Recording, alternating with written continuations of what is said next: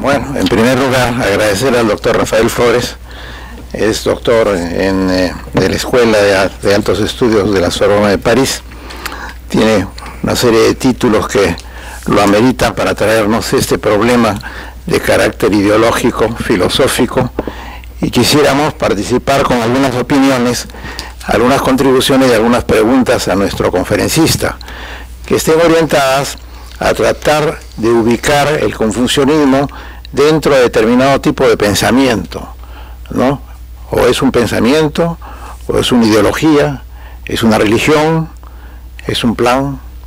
¿Qué tipo, dónde podemos ubicarlo dentro de las áreas del comportamiento general y de las posiciones sociopolíticas, diferenciando con el taoísmo, el budismo, el confucianismo, y interactuarla o enfrentarla a la ideología materialista? La ideología idealista, ¿no? Se contrapone a las ideologías materialistas, que tienen una orientación después política diferente, que puede llegar inclusive al culto de la personalidad en reemplazo de las ideologías teosóficas. La creencia en Dios, en los santos, en las imágenes, todo eso tiene que ver con la orientación de un tipo de pensamiento determinado, que nos ha explicado muy sucintamente con algunas pinceladas nuestro conferencista. Entonces quisiera abrir la discusión y las opiniones para tratar de aclarar un poco nuestro pensamiento, porque nosotros tenemos un pensamiento orientado al conocimiento científico, que es la demostración de las cosas por evidencias, ¿no? que pueden reproducirse. Y es un tipo de comportamiento, de análisis crítico de la realidad diferente a los pensamientos y a la conducta de carácter idealista o teosófica. Entonces vamos a tratar de conversar sobre este aspecto durante unos minutos, pidiendo a nuestra concurrencia que exprese algunas opiniones o haga algunas preguntas a nuestro conferencista. A ver, si es que alguien tiene alguna pregunta que hacer, que levante la mano, por favor.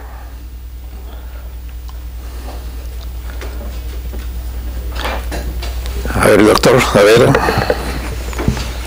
Don Flores, muchas gracias por su brillante presentación, que nos hace reflexionar en algunas cosas.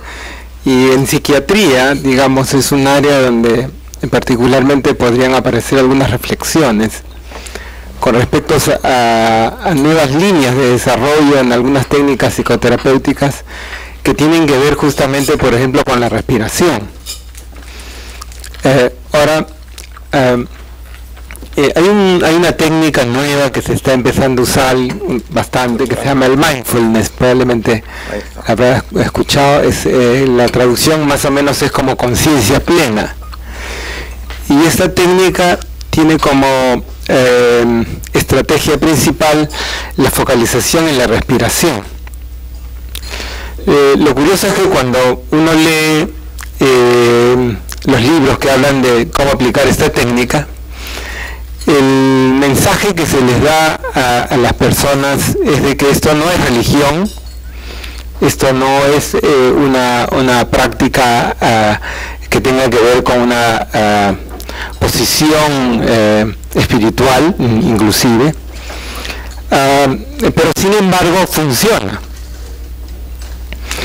Y lo curioso es como decir, no sabemos cómo funciona, pero funciona.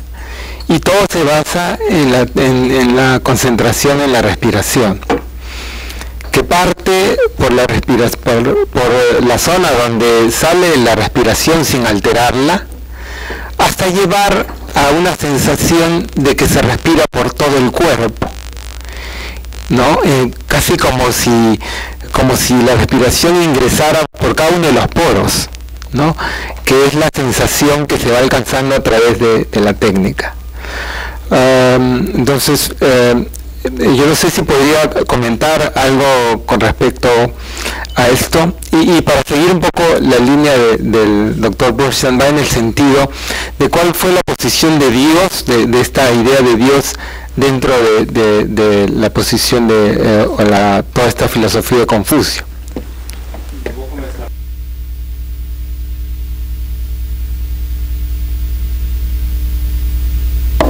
problema de la divinidad tal como nosotros la concebimos según las prácticas dominantes en Occidente, de un Dios único, no fue un tema muy importante en China. La conocían, por cierto, desde épocas antiguas conocían un tipo de deidades, más allá de todo lo imaginable, y hablan sobre eso, pero desde muy temprano el culto en China se centró en los ancestros, por algo muy simple. Con aquellos dioses, esas fuerzas enormes de la naturaleza, o algo que está más allá incluso, no tenemos ninguna relación. Esa fue la reflexión religiosa china. ¿Qué nos relaciona con esas fuerzas? Al contrario, sufrimos las consecuencias, pero para comunicarnos y pedirles algo, ¿cómo las dominamos? Entonces, los intermediarios son los ancestros. Con los ancestros nos une justamente el ser sus descendientes. Y ellos nos van a servir, y casi todas las ceremonias antiguas en China hacían referencia a ellos. Ellos nos van a servir para comunicarnos con esas fuerzas. Pero al final, esas fuerzas fueron realmente olvidadas en el pensamiento religioso chino para centrarse en el culto de los ancestros.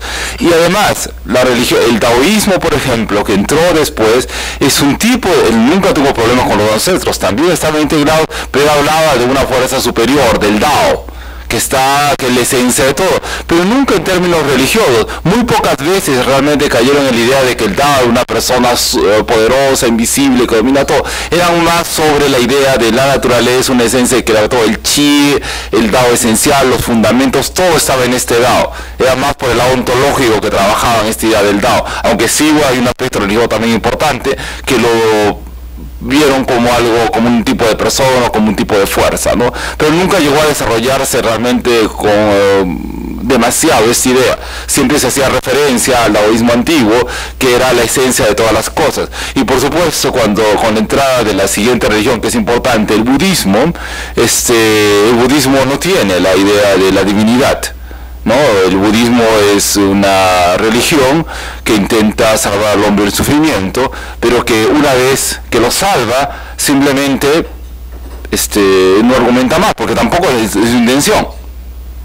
Llega hasta salir del sufrimiento y después ¿qué hay? No es el problema del budismo.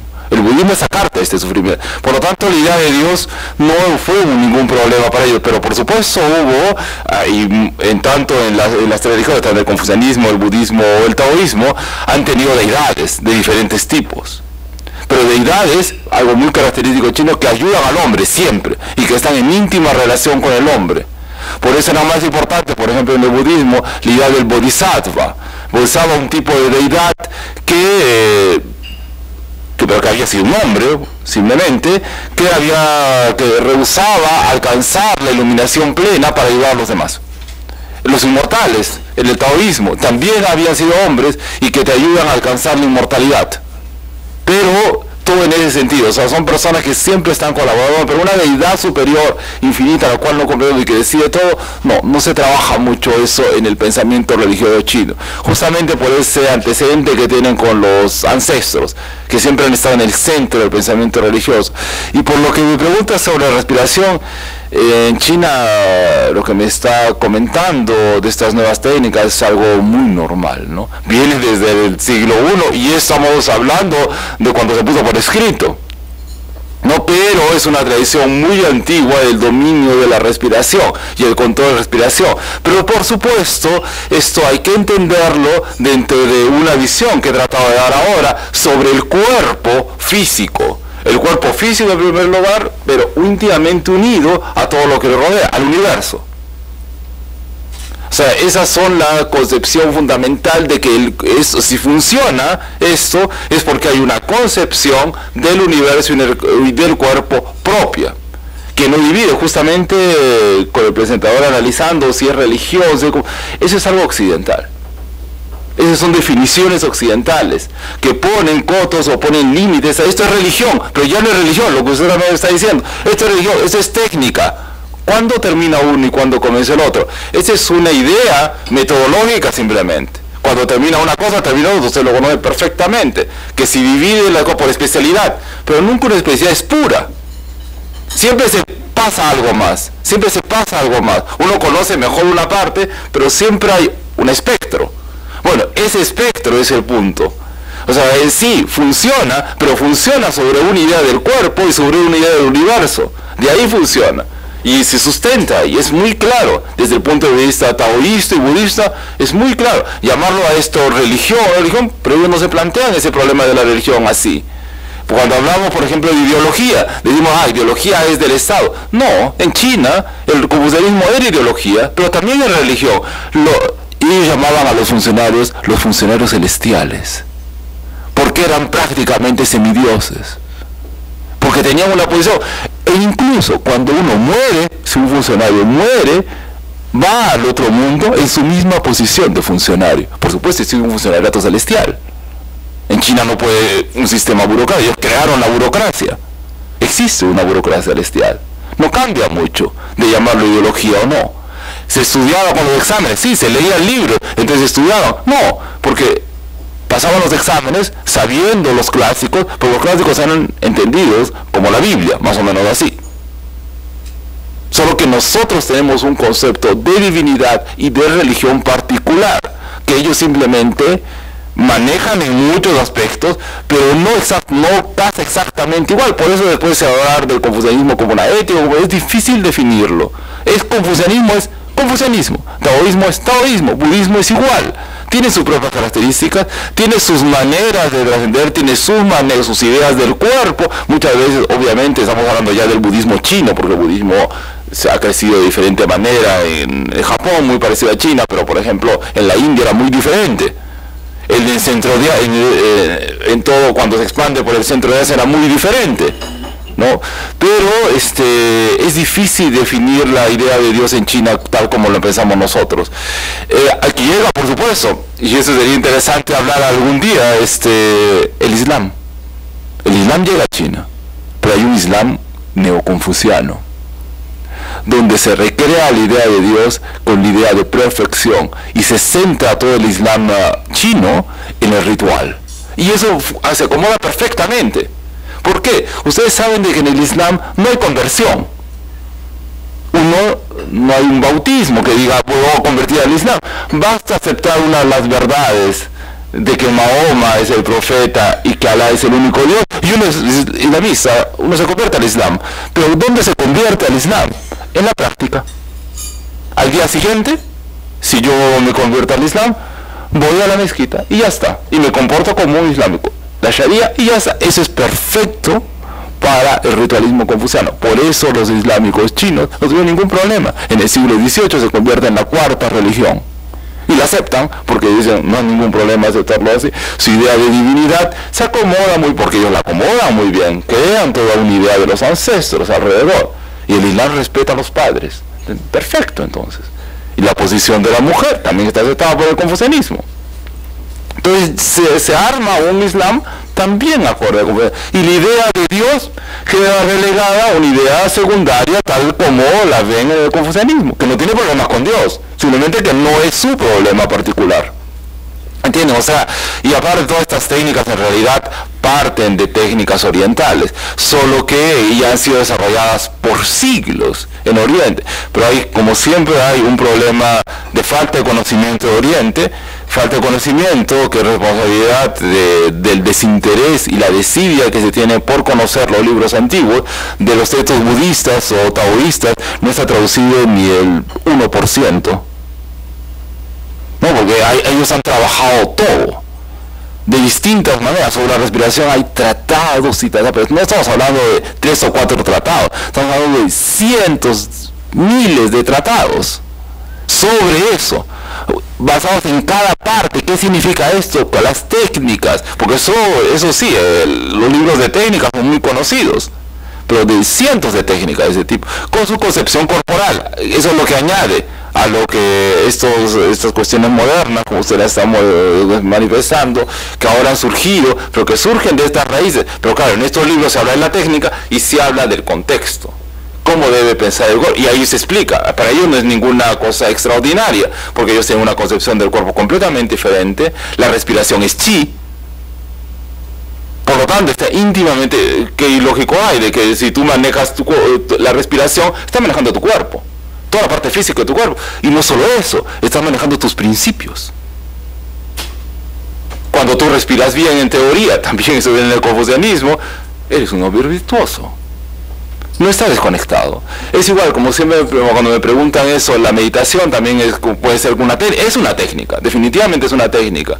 Pero sacada de contexto, simplemente se convierte, y sí, surge, cuando tú meditas, después de una hora te vas a sentir mejor y vas a crecer en diferentes aspectos. Pero por ejemplo, si tienes una vida desordenada, si vives una vida no virtuosa, en realidad no puedes meditar, va en contra de la técnica. La técnica se acomoda a un tipo de cuerpo, un tipo de persona, que es la preparación para que medites correctamente. Pero la técnica no se acomoda a cualquiera. O sea, no es una técnica, ¿no? Está integrado a una visión del cuerpo, a una visión de comportamiento total. No puedes meditar la meditación. El confucianismo también tiene meditación, ¿ah? Lo hacían los funcionarios en la época imperial, meditaban antes de los rituales, no comían, había un ascesis corporal fundamental, ¿no? Un ascesis corporal y mental, pero también de comportamiento. Todo tenía que estar en orden para poder realizar los rituales determinados, para poder respirar, incluía la respiración, el cómo sentarse, cómo respiras, cómo la posición, ahí se diferencia. El taoísmo, el budismo, cada uno tenía su propia técnica y cada uno tenía su comportamiento ritual, su idea, también la imaginación, dónde va, dónde se ubica, o sea, todo estaba definido. Pero de eso hay cientos de libros, ¿eh? Cientos de libros sobre biotécnicas, pero con todo el contexto. Ellos se explican perfectamente por qué surgen las cosas y cómo son. Bueno, hay expresiones orgánicas que son manifestaciones, somatizaciones del pensamiento y de las reacciones internas. Pero todo es complejo. En medicina y en dermatología, yo soy dermatólogo, tenemos en la piel expresiones de conducta y de aspectos internos, de aspectos anímicos que se expresan bien, pero no solamente eso. Un chico que comienza a evolucionar con una piel seborreica congénita, desarrolla acné, después rosácea y después rinofima, va evolucionando a través de una serie de componentes que se van agregando, que científicamente han sido demostrados cuáles son sus componentes. Pero no podemos atribuir eso a una cosa que viene de fuera. Es una consecuencia del equilibrio biológico y de los momentos que desde el punto de vista ya de la integración de las funciones orgánicas se van presentando a través de la vida.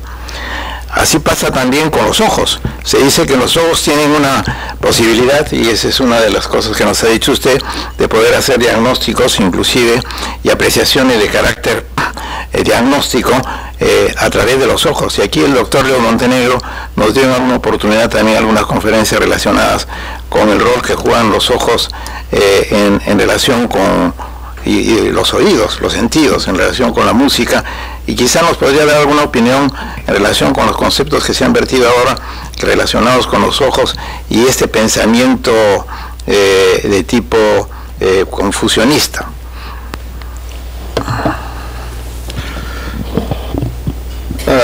Todavía sigo confuso. Quizá no tanto como esta señorita participante en un concurso de belleza a quien le preguntaron quién es Confucio y contestó, es el fundador de la confusión. Bueno, y yo creo que desde nuestro punto de vista no apreciamos bien, como occidentales y como científicos, no apreciamos bien el concepto de la respiración. En el Oriente la respiración tiene una connotación muchísimo más profunda. Para los chinos, lo que estamos escuchando respecto de Confucio, para los hindúes, lo que es el prana, los egipcios, los antiguos egipcios, el nous, etcétera, ¿no? Entonces, ¿qué significa esto? Para los cristianos, pues, es el aliento de vida. En realidad, cuando nosotros como occidentales y como científicos, pues pensamos que cuando respiramos estamos aspirando oxígeno, y desde nuestro punto de vista científico vemos solamente la parte física. Pero en realidad, cuando el niño nace y hace su primera inspiración, está inspirando no solamente, está ingresando no solamente oxígeno, sino el aliento de vida, que es la parte espiritual. Podríamos llamarle de otras formas, el cuerpo astral o lo que fuese, pero es una cosa mucho más profunda, al punto que los chinos, por ejemplo, tienen, pues, como dice, cientos y miles de tratados sobre la respiración, que no es propiamente la respiración desde el punto de vista físico, sino desde el punto de vista espiritual, que es lo que realmente comanda y da y es el sustento y pilar fundamental de la personalidad del ser humano y de cualquier otro ser vivo. Entonces, a mí me parece que no podemos ver esto con nuestra concepción puramente occidental ni científica. Para entenderlo mejor, tendríamos que compenetrarnos más, dejar de ser menos materialistas y más espiritualistas, porque en realidad la existencia, el universo y todo, no solamente es materia, y se le llama energía, pero en realidad todo es vibración. Vibración de diferente longitud de onda, de diferente frecuencia, y que va desde lo más grande, de la más grande e infinita longitud de onda hasta la infinitamente pequeña también longitud de onda, de manera que la existencia universal, si lo vemos desde un punto de vista menos sesgado, menos materialista, pues es muy diversa, y apenas conocemos un pequeñísimo porcentaje de lo que es la existencia universal en general. Yo creo que es un tema sumamente amplio y bueno, pero ha sido grato escuchar el punto de vista de Confucio, que todavía no llego a entender cuál es en realidad el sustento como de este aspecto, pero me parece que cuando habla de respiración está hablando de un cuerpo espiritual más que del aspecto físico como nosotros lo conocemos. Bueno, como estamos en un ambiente médico, es la Academia Nacional de Medicina, vale la pena que algunos otros médicos opinen en relación con estos aspectos que están relacionados con expresiones biológicas, orgánicas. En un momento le decía que la piel es el gran órgano de respuesta inmunoreactiva. Aparte de todos los otros mecanismos, se expresa en la piel, y la piel juega un rol muy importante en todo lo que son mecanismos inmunoreactivos. Pero hay otras áreas que son importantes de conocer y que valdría la pena pedir conocer algunas opiniones, como las del doctor Saúl Peña, que quiere expresarse algo en relación con lo que se ha expuesto. Pon el botoncito. Bueno, pon el botoncito, pon el botón. Doctor Flores. Pon el botón, machuca el botón ahí. Bueno, el del centro. del centro. Ya, ahora sí. Gracias. Yo le agradezco mucho porque me ha agradado y en segundo lugar me ha interesado muchísimo, y uno reconoce pues indudablemente niveles de ignorancia, pero felizmente una ignorancia que es estimulada permanentemente por seguir aprendiendo, conociendo mucho más aún aquello que no conoce suficientemente bien. Esta es una abertura, a mí me ha dado muchos deseos de leerlo, de lo que usted ha hablado. Y yo quería hacerle dos preguntas que tienen que ver no con el aspecto físico, porque no me dedico al otro, pero sin desdeñar lo físico, que está muy bien integrado en muchos aspectos y que es tremendamente importante.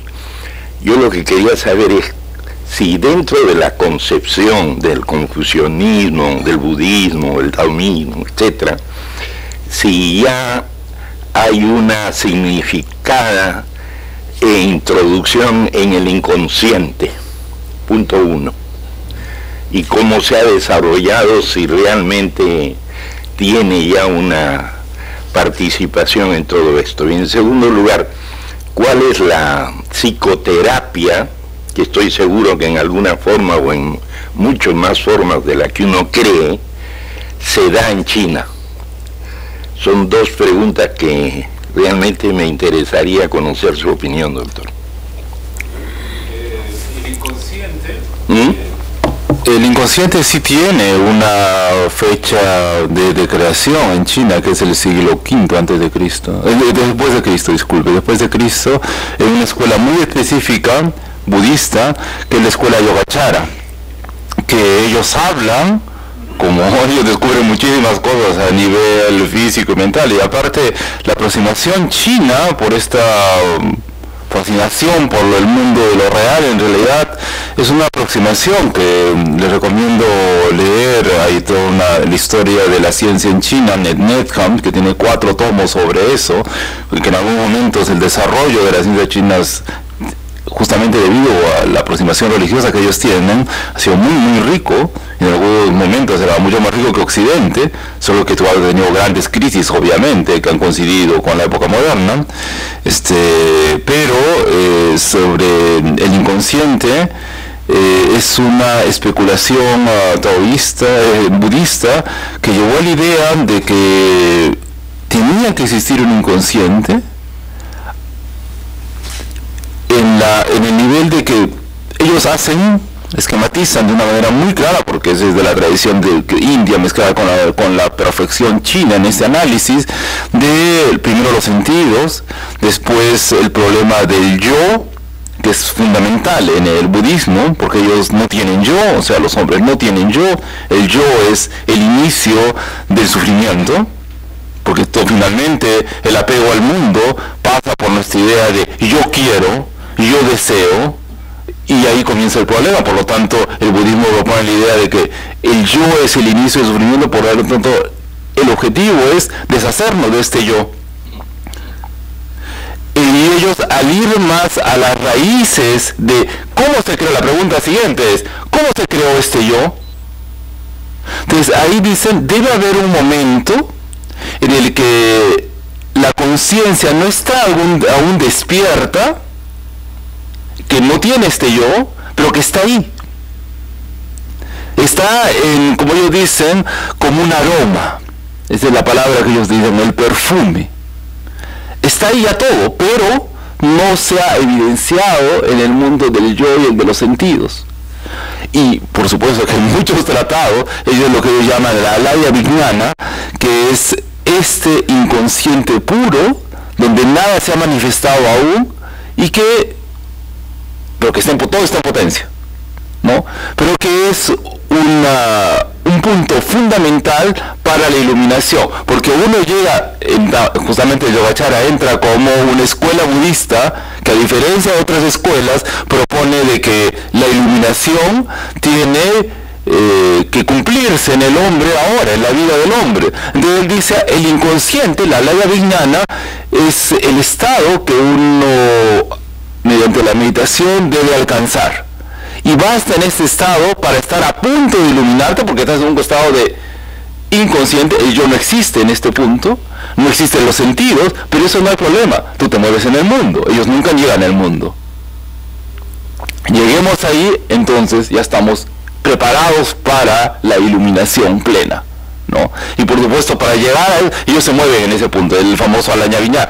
Por supuesto, hay una escuela Yogacara que va incluso más lejos, que habla de un inconsciente del inconsciente, que es una esencia pura, ¿no? Vamos a hablar de un tipo, es una esencia donde ya ni siquiera está el perfume, pero que tiene que estar atrás, todo por especulación, van sacando eso por especulación, pero por supuesto todas las prácticas de esta escuela se basan en y esta escuela tiene enorme influencia en China. Al final, en el siglo X, XI, todos van a tener como técnica esta, ¿no? Entender primero la idea del inconsciente, de esta octava conciencia, y como objetivo de las prácticas, ¿no? Entonces, obviamente, las prácticas a ese nivel van a crear prácticas psicoterapéuticas para llegar a esto que ellos llaman iluminación o estado previo de iluminación, son fundamentales. Va a haber muchos tratados sobre eso, ¿no? de cómo el manejo de mente y también el manejo del cuerpo, por supuesto, ¿no? Cercana a la concepción de Freud. Si uno lo lee, aparte estamos hablando de escuelas que son muy técnicas. Los budistas, budismo, taoísmo y confucianismo detestaban la idea de una especulación gratuita. Todo tiene que ser muy racional y muy lógico. Incluso en sus irrupciones, incluso en sus cambios, ellos explican los cambios, y por el detalle. Cuando ellos hablan de los sentidos, escriben varios niveles de los sentidos. Por ejemplo, el problema de la creación de ideas, de cómo pensamos.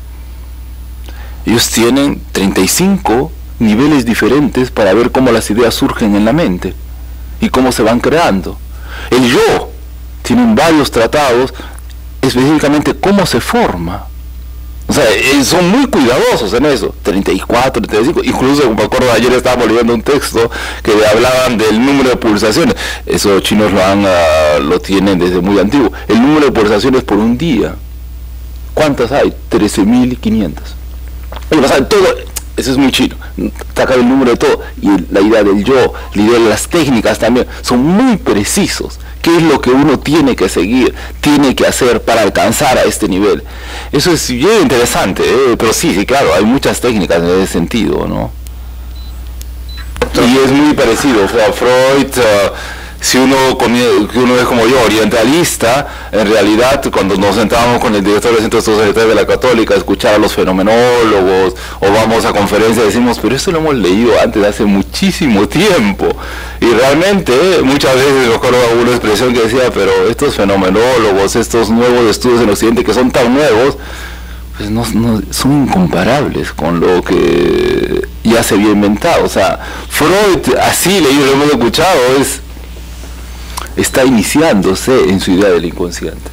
Desde el punto de vista orientalista, desde libros budistas, que ni siquiera están traducidos, ¿no? El 95% de los textos de los Yogacaras no están traducidos. Donde ellos hablan específicamente cómo es el inconsciente, y que las características del inconsciente, y cómo debemos trabajar el inconsciente para alcanzar. Obviamente desde otro punto de vista, pero la riqueza de ese análisis es enorme, enorme, ¿no?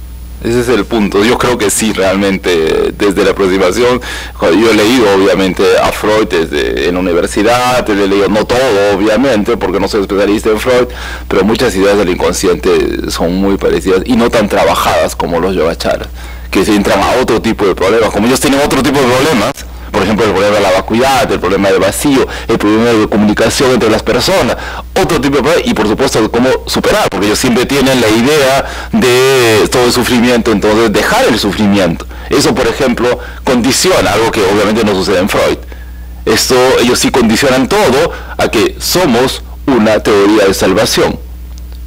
Ellos mismos, los budistas, se decían, nosotros somos médicos, nosotros vemos al paciente, sabemos el problema, está diseñado así el budismo, y después lo curamos. Lo que nos interesa como religión es curar el problema, más no. Teorizar, hablar demasiado, no, está bien, teorizamos en la medida en que curamos, pero el objetivo es curar. Y eso viene de la larguísima tradición del budismo en su relación con toda la medicina de la India, ¿no? Esa aproximación es muy budista. Ellos no quieren entrar ni siquiera en religión, en la especulación, por ejemplo, con Dios, o en la especulación espiritual, tampoco entran. ¿Sí? Nosotros curamos, punto. Doctor, quisiera, yendo al motivo del inicio de esta actividad, que es el comportamiento ético, en relación con las ideologías orientales. Nosotros tenemos actualmente un gran problema en toda esta gran área de Latinoamérica, y particularmente en el Perú, que es la corrupción. Y las religiones occidentales que predominan aquí no han logrado, a través de la educación religiosa, controlar el aspecto relacionado con la formación ética, la formación moral de la gente. Por eso es que se presenta esta corrupción tan extendida y tan preocupante. Es la metodología, aparte de lo que nosotros desde el punto de vista médico-científico y educacional planteamos, de una educación dirigida desde muy temprana edad para crear valores fundamentales y que la sociedad pues modifique sus enfoques, ¿no? Ya no desde el punto de vista religioso, sino desde el punto de vista de las relaciones humanas y valores que se van creando desde el punto de vista cívico, ¿no? Y de las relaciones sociales, ¿no? No desde el punto de vista de la imposición religiosa. Se ha pretendido por los partidos políticos, cuando llegue en un momento determinado a tener el uso del poder, de eliminar al delincuente, y por miedo que la gente pueda aprender o inducírsele de que se comporten legalmente en forma que ellos que sería correcto. Y eso lo vemos en Cuba, ¿no? Se eliminaron mucha cantidad de gente. ¿Eso solucionó el problema? No solucionó el problema. ¿Qué piensan o cuál es la conducta que en el Oriente se piensa en relación con la educación y la formación de valores fundamentales desde el punto de vista social para evitar la corrupción, que no se ha logrado tampoco, porque en China también han tenido que fusilar gente por la corrupción, a pesar de que ha habido una influencia de una corriente, como nos ha expresado usted, estas ideologías orientales, orientadas precisamente a la mejora de las condiciones de respuesta de la gente. ¿Cuál es el enfoque que usted tendría y las recomendaciones desde este aspecto de la formación desde el comienzo de valores éticos fundamentales para lograr una sociedad armónica? En primer lugar, hay un tipo de aclaración, porque si no comenzamos a confundirnos sobre la idea de Oriente. Aprieta el botoncito, doctor. Estoy hablando de, cuando se habla de Oriente, es un tema muy complicado, porque Oriente es un término occidental, pero que no tiene realmente una definición muy clara. No, estoy hablando de China, específicamente del fenómeno chino, pero Oriente también podría ser el Islam. El cristianismo también es oriental. Entonces, ahí entramos en problemas, ¿no? Y es muy diferente la India que China o el centro de Asia, ¿no? O incluso Rusia es Oriente, no es Oriente. Es un problema, pero vamos, regresando a China. El confucianismo. El confucianismo y en China. Ustedes saben, la China creó la burocracia. Toda la idea que tenemos de burocracia como sistema para sostener una ideología y una estructura de Estado. Es fundamental. Inglaterra y Francia, que son los modelos burocráticos que todo Occidente ha seguido, los sacaron de la China. Los exámenes imperiales, por eso en esos dos países todavía incluso mantienen los exámenes imperiales para los funcionarios. Todos los funcionarios tienen que pasar un examen. En China, los militares, toda la parte militar y toda la parte civil, desde la dinastía Han, estamos hablando del siglo I a.C., tenían que pasar examen.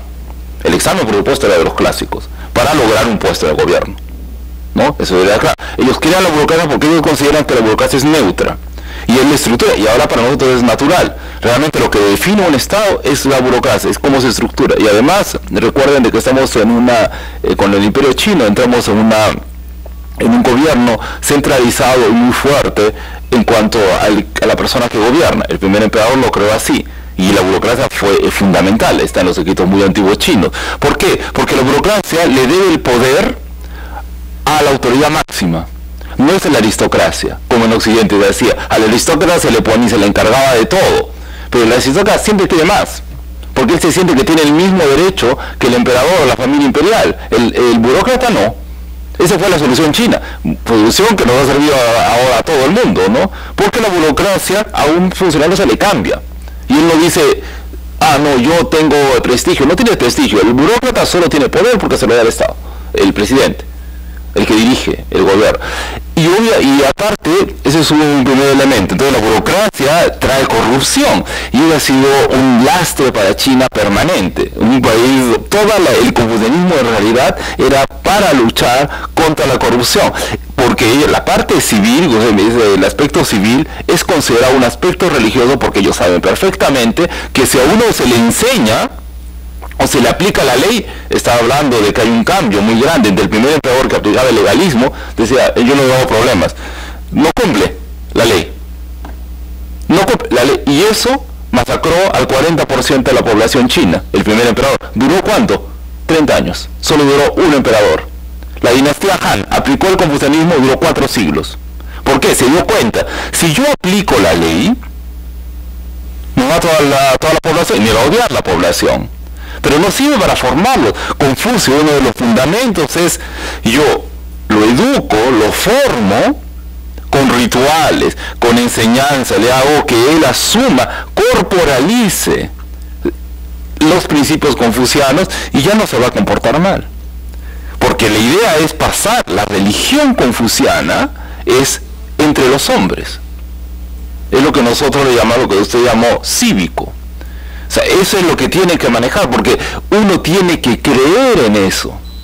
El burócrata tiene que creer, han tenido miles de problemas, pero el ideal estaba ahí. Y eso transforma a las personas. Cuando uno se comporta, por eso la ortopraxis, comportarse según los principios confucianos. Eso es fundamental para que no exista la corrupción. Por supuesto tenía leyes, pero eso era algo secundario, porque las leyes no cambian a nada, como ha dicho. Podemos castigarlo, lo que sea, y no van a cambiar. Uno tiene que estar convencido de que está en un camino de santidad, por eso le llamaban a los burócratas santos, en el sentido, en el ideal, por supuesto, de que ellos se iban a comportar bien. Y gracias a eso, los gobiernos de las diferentes dinastías duraban, porque los funcionarios tenían este ideal. Nosotros somos así por principio, porque desde cómo te mostrabas, la ropa era muy importante, ¿eh? La ropa tenía que ser muy sencilla. Un confuciano es muy sencillo, muy recatado, sin mostrar, con lo que decía, no hay que mostrarse a los demás, ni decir, yo sufro por mi padre. No, hay que ser todo muy recatado. Tú quieres sufrir a tu padre, vete fuera de la ciudad, que nadie te vea. Y eso estaba legal, eso es lo que tenía leyes. Por ejemplo, si tú, y era premiado además, si tú pasabas 3 años de duelo estricto por tu padre y te comportabas, y nadie lo veía, pero sabían que lo habías hecho, tu pueblo no le cobraba impuestos a tu pueblo. Si había una viuda que su esposo había muerto joven y se mantenía pura y casta, pensando en su marido joven en la casa, porque las mujeres van a vivir en la casa del marido, pues se mantenía ahí pura, entonces el pueblo no pagaba impuestos. Todas las leyes iban alrededor de eso, porque eran personas que encarnaban las virtudes. Era el ideal. La corrupción en China siempre ha existido, por supuesto, y ha sido un problema gravísimo, pero ha sido un problema, y la muestra de que han podido manejar eso gracias a crear un sistema religioso de lo cívico, justamente, es de que duraban tanto las dinastías. 4 siglos duró la dinastía Han, después otras 3 o 4, o sea, el sistema funcionó. No funcionó con el primer emperador, porque se mató al 40% de la población. Entonces, con todos sus errores, ha funcionado. ¿Y por qué ahora el regreso del confucianismo se explica? También se explica justamente por eso, porque si comienza China, nosotros sabemos que tiene pena de muerte y demás, pero de todas maneras ellos controlan a 1.500 millones de personas, con una burocracia que por muy numerosa que sea no alcanza, ni siquiera es inimaginable para nosotros, una cosa así. El Perú es una ciudad en China con 30 millones de habitantes, a las justas tiene nombre, ¿y dónde estará? En miles, así. No es importante, ¿no? Entonces ellos para que funcione, tiene que haber algo que ellos asuman como propio. Por eso está volviendo el confucianismo, porque se dan cuenta de que los ideales comunistas, que también han servido, mucho, la solidaridad con el otro, el no la ganar, eran muy parecidos al confucianismo en muchísimos aspectos. Yo me he visto igual, para no mostrar la riqueza, y soy honesto. Los comunistas verdaderos que asumen eso dicen, yo no robo porque todos somos iguales y yo no puedo robar. Una ideología bien superior. Claro. Esa es la idea. Un comunista puro en realidad es así. Es un puro, justamente. En el sentido de que es solidario, no roba, no nada. Y justamente eso pasó. Eso ya pasó en el comunismo, porque esos ideales no existen. Porque no tienen un sustento demasiado. Y simplemente tú compórtate así, por solidaridad con los otros. ¿Cuántos cumplen? Ninguno. Entonces el confucianismo está volviendo por ello. Y termino con esto, uno de los factores más importantes del confucianismo, ¿cuál fue? Una de las opiniones, cuando comenzó el confucianismo en los años 90, el problema de las pensiones para los mayores. ¿Cómo hace China con una población, con un hijo? Ustedes saben la política del hijo único. Con una población creciente, aparte en China, por los ejercicios físicos, por todo, duran mucho tiempo las personas mayores. Más de 100 años. ¿Quién los mantiene? Con las nuevas ideas, cuando entró en los años 90, ya China se va a convertir en un poder occidental y hablar de liberalismo. Yo vivo fuera de la casa de mis padres y tengo mi casa y me voy. Pero ¿cuál fue el problema? Las pensiones en China. No existe una protección para las personas mayores. ¿Y quién iba a sostener a las personas mayores? ¿quién iba a mantener a los hijos? Si los hijos se iban, tenían su apartamento y se olvidaban de la familia, como hacen en muchos países europeos y en Estados Unidos. Y por eso hubo una reintroducción, desde el año 2000 hay una reintroducción del comunismo también por ese problema. Dice, tus padres son realmente tu religión, tú tienes que mantenerlos, porque si no el sistema económico de China fracasaba completamente. Pero eso lo tienen que saber, por eso ha cambiado y ahora el comunismo está entrando ya no solo para afuera, ya no es el Instituto Confucio de afuera, sino dentro de China. Porque estos valores son fundamentales para que crear, como ellos dicen, palabras de Confucio además, una sociedad armónica y que funcione, porque estamos hablando de las pensiones, que es una cuestión económica, pero entonces ¿quién mantiene a las personas mayores? Por eso, o sea, ellos lo ven como esto algo muy importante, pero ¿y cuál es el problema del reingreso del comunismo? Está entrando como religión, porque saben de que como ideología, como entró el comunismo, nadie la cumple. La puede, habrá de 10 personas, habrá 2 comunistas estrictos que la cumplen, pero nosotros ellos no, y comienza la corrupción, y comienza todo el mundo es egoísta, todo el mundo quiere para sí, y si no tiene, soy comunista, por eso, no. Mejor entonces que entre el confucianismo como religión, y ahora realmente está entrando con mucha fuerza el confucianismo religioso, justamente por el problema. Por educación formal, todo el mundo, todos los funcionarios están encargados de enseñarte los ideales de Confucio, de sociedad armónica, de esta idea de que tu comportamiento en todo momento, las 24 horas del día tienes que cumplir tu ritual, porque el ritual no es simplemente la ceremonia ritual, es de que tu vida tiene que estar ritualizada, siguiendo una etiqueta estricta y en solidaridad con los otros. Por eso hay estas famosas campañas en China del confucianismo que mezcla estos ideales cívicos, como usted los ha dicho, claro que son cívicos desde nuestra perspectiva, pero ellos también lo ven así desde el punto de vista del Partido Comunista, pero en realidad lo que están promoviendo es convencer a la gente desde un aspecto religioso del confucianismo, identificar, como siempre ha sido en China, identificar al mismo Estado como el templo, como un templo, y por lo tanto si tú entras a trabajar para el Estado, entras al templo del Estado, como así el confucianismo. Es un poco extraño porque no entendemos muy bien, eso no existe en Occidente, algo existe, realmente, si vemos un poco en el sistema moderno no existe, en el antiguo sí existía. En muchos estados medievales también se pensaban ellos, Francia se pensaba un país sagrado, que era Israel, todavía se piensa, es el lugar del pueblo de Dios. O sea, sí hay esta idea todavía. China, bueno, era el pueblo de Confucio, como religión, ¿no? Pero eso es fundamental, porque si no entra como religión, ¿cómo que entra? ¿Con qué cumples? ¿Qué te obliga a cumplir?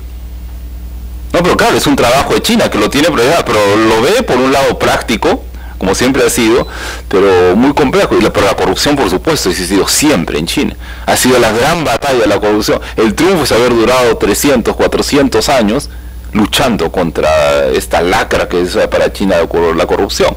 Con la burocracia, como dije, no reclamará el poder, pero sí reclama más dinero el burócrata. Y es así, obviamente ellos han tenido el poder por 2000 años. Entonces lo saben trabajar y el comunismo no solucionó eso. Entonces por eso está entrando el confucianismo nuevo.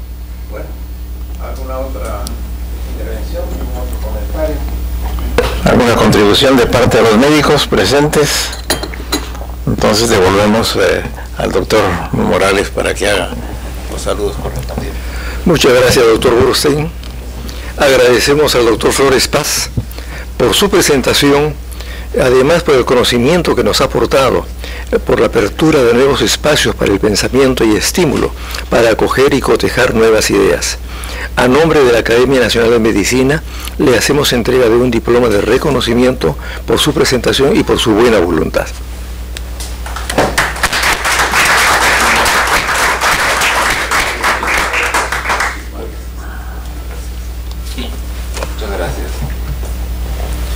Es grato invitarlos a las siguientes actividades de la Academia. El jueves 7, sesión conjunta de la Academia con el Instituto Nacional de Salud. El tema es anemia infantil. Lugar Centro de Convenciones, quinto piso, 7 de la noche. Sábado 2 de diciembre. El Comité de Damas se complace en invitarlas a su cena de fin de año. Lugar Country Club, 8 de la noche. Los invito cordialmente a acercarse para la foto de familia. Se levanta la sesión. Muchas gracias.